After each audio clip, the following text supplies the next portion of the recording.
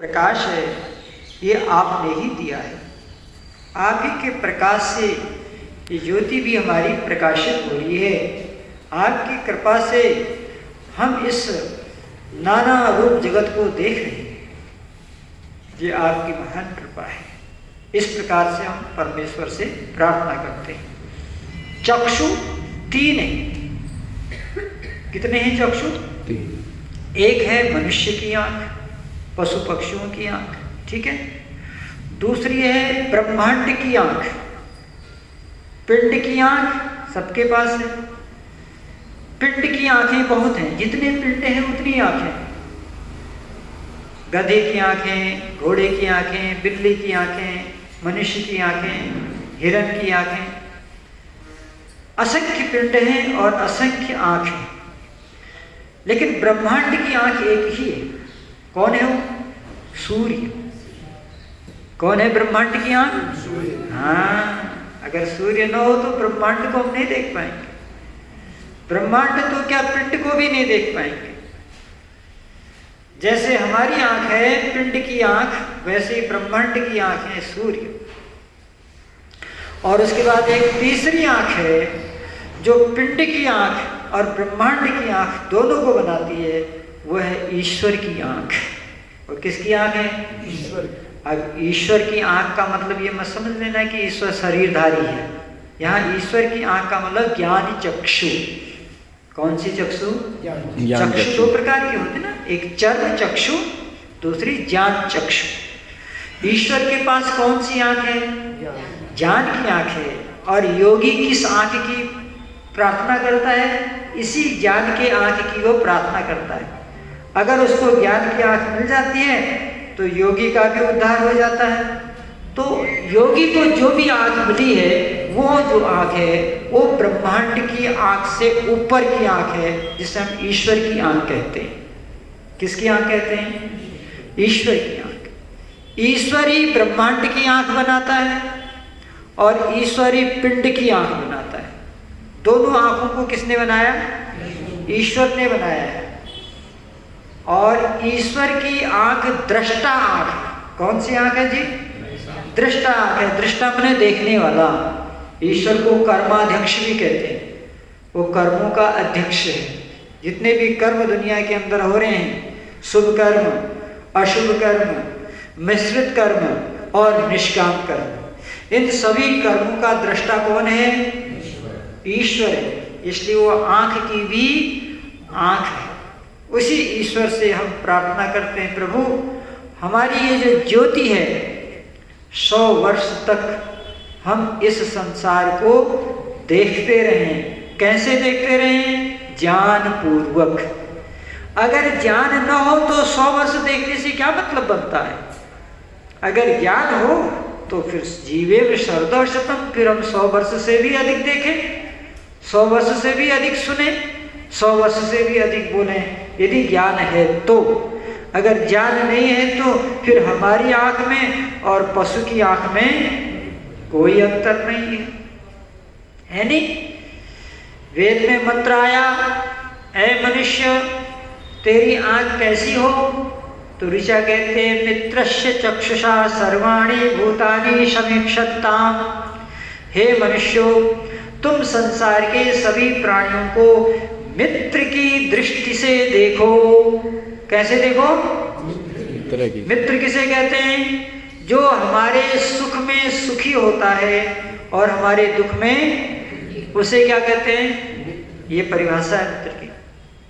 Actual में सुख में सुखी होने वाले बहुत मिल जाते हैं, लेकिन दुख में दुखी होने वाले नहीं मिलते हैं। गजेड़ी यार किसके, दम लगा के खिसके, है ना?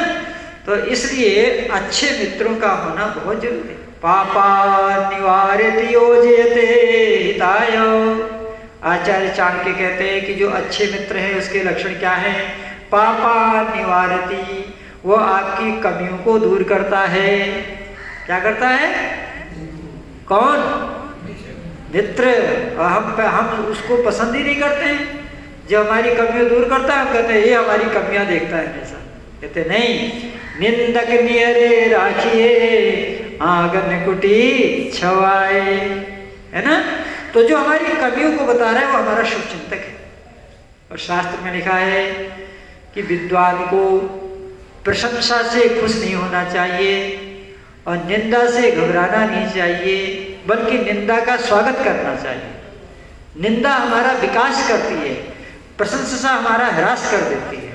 ठीक है, तो इसलिए जो अच्छे मित्र होते हैं वो क्या करते हैं, पापों से, और आगे बढ़िया बात की, योजियते हिताय, केवल पाप से हटाते नहीं बल्कि पुण्य के रास्ते को दिखाते भी हैं कि चलो आर्य समाज कुबेर नगर, वहाँ प्रतिदिन सत्संग होता है।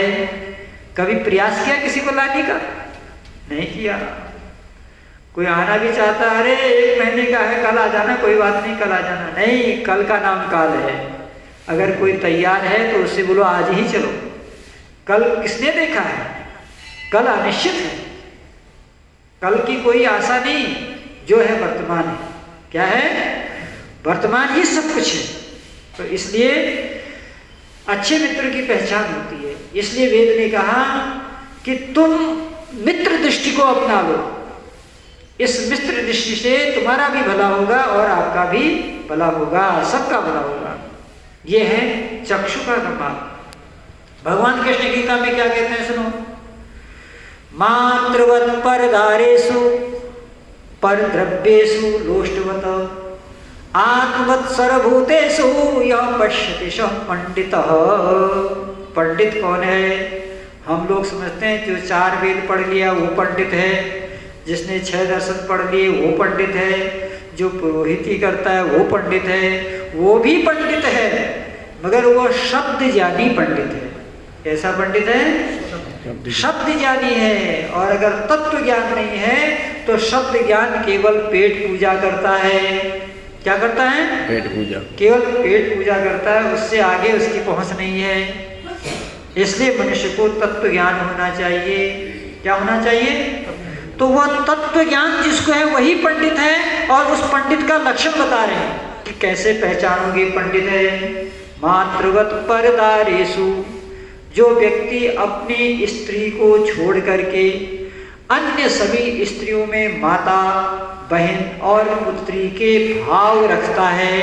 क्या रखता है? भाव रखता है। ये पंडित का एक लक्षण है। फिर क्या कहते हैं? पर द्रव्येषु लोष्टवत, जो दूसरे के धन को तिनके के समान समझता है।